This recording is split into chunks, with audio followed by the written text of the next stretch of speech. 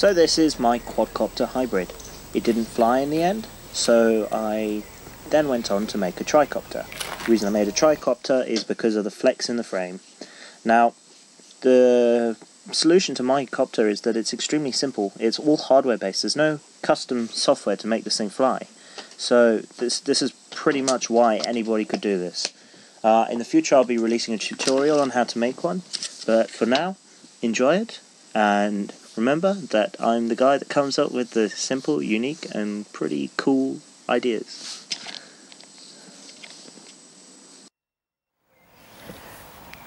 Hey there YouTube! Today I'm showing you my new copter. So what you saw just at the beginning of this video was version 1 of this copter. It was a quadcopter. Now the reason I had chosen a quadcopter was because of one big problem that I was facing: how to rotate that motor. Now I could pivot it with a servo, which was fine, but I had no specialist tricopter mounts or anything, so I had to make something myself. What I did there, at least in my opinion, it was pretty awesome. So I'll give you a close-up of that. So as you can see down there, there's a piece of aluminium box tubing. And what I have done is filed the edges so that it's bananaed, and then I've folded those banana things around a servo head. I had to pick large servo heads to keep it stable, but it works perfectly. There's no screws or glue or anything. It's literally just held on by friction, and it works great. So I have flown this copter once, and it flew for about 5 seconds, but it flew well. So I'll show you the front, which again is quite unique. To rotate the front motors, a lot of people have had a central shaft that rotates with a single motor. I've done the same as the tail.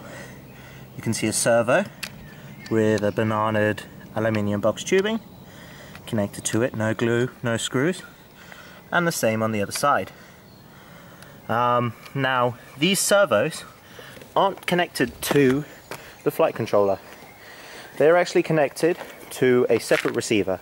I could have connected it to the same receiver, but for sort of ease of separating the two, I used two connections. So that's about the basics of it. To power it, I've got two 3000 milliamp batteries, one to the rear motor, one to the two front. Wow, that's a bit strange. They've gone around 3 times. So what this is doing is powering the one motor with a lot more juice than the front two. And I actually do need that, because you see the prop is smaller. Although it's 3-bladed, it's still not quite as powerful. And here they are again. What on earth? Yeah, I think I seem to recall something about pigeon trainer being by my area. Anyway, back to task at hand. Now, the key thing you see here is that it's a flying wing. This is a Falcon from Hobby King. All I've done is cut out the center body and get some box tubing to sort of attach to it. Quite simple, but actually really effective. You can see a telemetry transmitter there to allow easy programming, and the ailerons work just fine. So I'm going to do a quick pause, grab my transmitter and demonstrate it working. Okay, so camera's on a tripod, got the transmitter in my hand. I'll now show you what happens when I want to transition from tricopter to aeroplane. Flip the switch, front two motors flip forwards, and the tail one also flips forwards. Quite a simple mechanism, but works quite well. Just don't do it while you're on the ground, because that happens. Pretty awesome if I say so myself. Took me all of maybe 40 minutes to build this. Not bad. And you can tell the plane's a bit bashed up. That's because I didn't want to use a brand new frame. I just thought one day, it would be pretty awesome to try and make a transition. Because I always build planes and I always build copters, but never the in-between. So here we have it. I will now demonstrate it flying. Let me just put the camera further back.